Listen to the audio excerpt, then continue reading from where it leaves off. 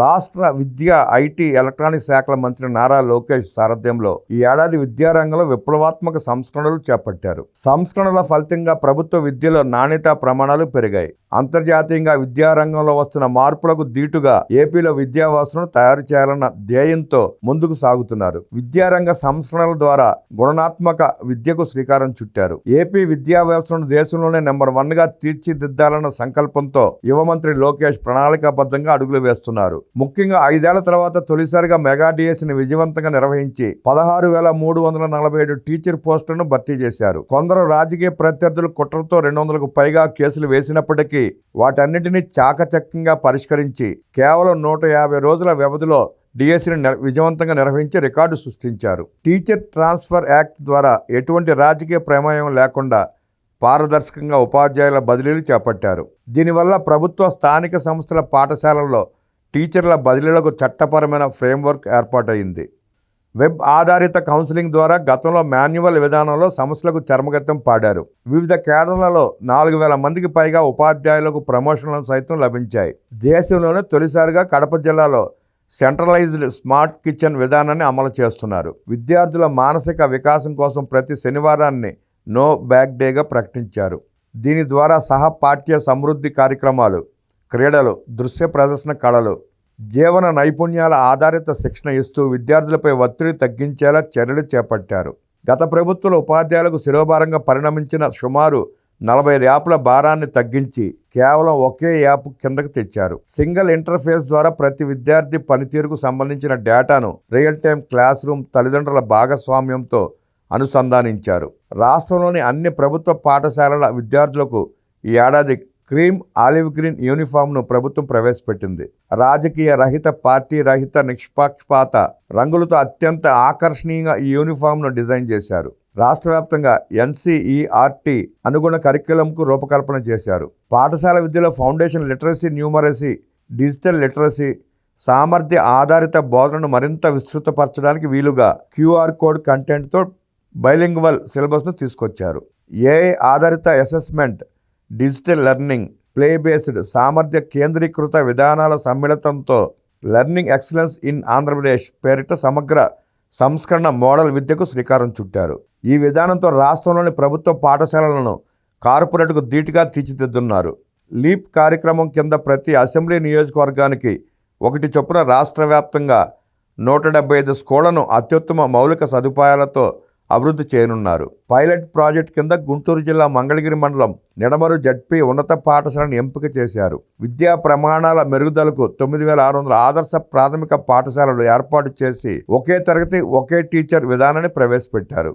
రాజకీయ నేతల పేర్లు, బొమ్మలకు ఆస్కారం లేకుండా 2025-2026 విద్యా సంవత్సరంలో సర్వేపల్లి రాధాకృష్ణ విద్యార్థి మిత్ర విద్యా కిట్లు, అసెస్మెంట్ పుస్తకాలను రాష్ట్ర వ్యాప్తంగా 35,94,000 మందికి అందజేశారు. ఫార్మేటివ్, సమ్మేటివ్ అసెస్మెంట్లను క్రోడీకరించి డాక్యుమెంట్ చేయడానికి వీలుగా అసెస్మెంట్ బుక్లెట్లను అందించారు. రాష్ట్రంలో 100% అక్షరాస్యత సాధనే లక్ష్యంగా మిషన్ అక్షర ఆంధ్ర ప్రకటించారు. అన్ని గ్రూపుల వయోజనులను అక్షరాస్యులుగా మార్చే లక్ష్యంతో స్టేట్ లిటరసీ మిషన్ను బలోపేతం చేశారు. యోగా విద్యపై విద్యార్థుల చైతన్యాన్ని నింపేందుకు యోగాంధ్ర 2025 పేరిట రాష్ట్ర వ్యాప్తంగా పాఠశాల సంబంధిత యోగా కార్యక్రమాన్ని చేపట్టారు. అంతర్జాతీయ యోగా దినోత్సవం సందర్భంగా జూన్ 21 నుంచి జూలై 2025 వరకు నెల రోజుల పాటు చేపట్టిన ఈ కార్యక్రమంలో లక్షలాది మంది విద్యార్థులు, ఉపాధ్యాయులు, సమకాలీన యోగా అధ్యాపకులు భాగస్వాములయ్యారు. ఈ ఏడాది జూలై, డిసెంబర్ నెలలో రాష్ట్ర వ్యాప్తంగా mega parent teacher meeting, mega పీటీఎంను విజయవంతంగా నిర్వహించారు. 61,000 పైచిలకు ప్రభుత్వ పాఠశాలల్లో ఒకేసారి ఈ కార్యక్రమాన్ని చేపట్టగా 53,40,000 మందికి పైగా తల్లిదండ్రులు, ఉపాధ్యాయులు భాగస్వాములయ్యారు. జూలై 10న నిర్వహించిన మెగా పీటీఎంలో మొత్తంగా 1,50,00,000 మందికి మించిందని గిన్నిస్ వరల్డ్ రికార్డ్స్ ధృవీకరించింది. విద్యార్థుల పర్యావరణపై అవగాహన కోసం గ్రీన్ పాస్పోర్ట్ను ప్రవేశపెట్టారు. ఏకో సిటిజన్షిప్, చెట్లు నాటడం, సస్టైనబిలిటీ పద్ధతులను పెంపొందించడం ఈ కార్యక్రమ ముఖ్యోద్దేశం. అత్యున్నత ప్రమాణాలతో పారదర్శకంగా ఉత్తమ ఉపాధ్యాయుల ఎంపికను చేపట్టారు. ఏటా ఉపాధ్యాయుల దినోత్సవం రోజున వారిని ఘనంగా సత్కరిస్తున్నారు. రాష్ట్రంలోని ఉత్తమ ఉపాధ్యాయ అవార్డు గ్రహీతలను, అధునాతన విద్యా విధానాలపై అధ్యయనం కోసం విదేశాలకు పంపిస్తున్నారు. అక్కడి బోధనా పద్ధతులు, తరగతి గదుల్లో వినియోగిస్తున్న ఆధునిక సాంకేతికత, పాఠశాల వాతావరణం వంటి అంశాలపై వారు సమగ్రంగా అధ్యయనం చేయనున్నారు.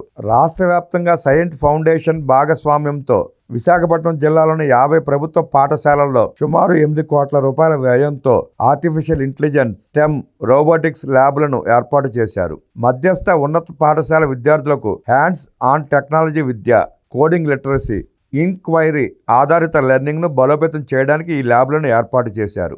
ఏపీ టెట్ నిర్వహణ కోసం అక్టోబర్ 2025 నోటిఫికేషన్ ప్రకటించారు. ఉపాధ్యాయ అర్హత సర్టిఫికేషన్ టెస్టింగ్ కోసం ఆన్లైన్ అప్లికేషన్ విండో ఓపెన్ చేశారు.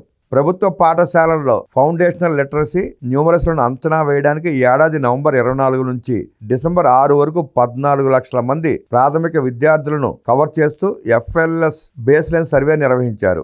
బేస్లైన్ సర్వే ఆధారంగా ఎఫ్ఎల్ఎస్ పై రాష్ట్ర వ్యాప్తంగా క్యాంపెయిన్ను ప్రారంభించారు.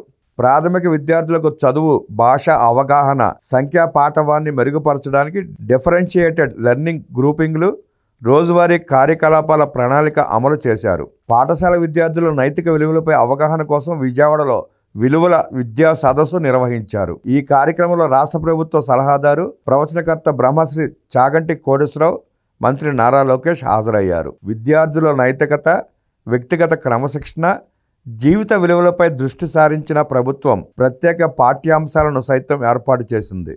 విలువలు, ప్రేరణాత్మక మార్గదర్శకత్వాన్ని పాఠశాలల విద్యా ఫ్రేమ్వర్క్లో భాగస్వామ్యం చేయడమే ఈ కార్యక్రమ ప్రధాన లక్ష్యం. రాజ్యాంగ దినోత్సవం నవంబర్ 26, 2025 సందర్భంగా పాఠశాల విద్యాశాఖ ఆధ్వర్యాన విద్యార్థులకు చట్టసభలపై అవగాహన కల్పించేందుకు మాక్ అసెంబ్లీని అమరావతి శాసనసభ ప్రాంగణంలో ఉత్సాహపూరిత వాతావరణంలో నిర్వహించారు. ముఖ్యమంత్రి, విద్యాశాఖ మంత్రితో పాటు స్పీకర్, మంత్రులు, సభ్యుల పాత్రల ద్వారా డెమోక్రటిక్ ప్రాసెస్ల సిమ్యులేషన్ అందించి నిర్మాణాత్మక చర్చలతో విద్యార్థులు, రాష్ట్ర ప్రజలను ఆకర్షించారు. ఈ సందర్భంగా ముఖ్యమంత్రి చంద్రబాబు నాయుడు బాలల భారత రాజ్యాంగాన్ని విడుదల చేశారు. 10వ తరగతి విద్యార్థుల్లో ఉత్తీర్ణత శాతాన్ని పెంచేందుకు ఎస్ఎస్సి విద్యార్థులకు 100 రోజుల యాక్షన్ ప్లాన్ ప్రారంభమైంది. వార్షిక పరీక్షలకు ముందు పాఠ్యాంశాల సమన్వయం, రివిజన్ సైకిల్స్, పెర్ఫార్మెన్స్ ట్రాకింగ్, సన్నద్ధత సపోర్టుపై దృష్టి సారించేలా ఈ యాక్షన్ ప్లాన్ చేపట్టారు. పాఠశాలలో విద్యార్థులకు క్రమశిక్షణ, వ్యక్తిగత శుభ్రత, డ్రెస్సింగ్, చేతులు శుభ్రపరచడం, సెల్ఫ్ కాన్ఫిడెన్స్, నాయకత్వ పద్ధతులపై అవగాహన కోసం డిసెంబర్ 20న ముఖ్యమంత్రి చంద్రబాబు నాయుడు ముస్తాబు కార్యక్రమాన్ని ప్రారంభించారు. రాష్ట్ర వ్యాప్తంగా ప్రభుత్వ, ప్రైవేటు పాఠశాలల విద్యను అభ్యసించే 75 లక్షల మంది విద్యార్థులను లక్ష్యంగా చేసుకుని ఈ కార్యక్రమాన్ని చేపట్టారు. రాష్ట్రంలో మంత్రి లోకేష్ సారథ్యంలో అమలు చేస్తున్న విద్యా సంస్కరణలపై కేంద్ర విద్యాశాఖ మంత్రి ధర్మేంద్ర ప్రధాన్ సైతం ఇటీవల ప్రశంసల వర్షం కురిపించారు.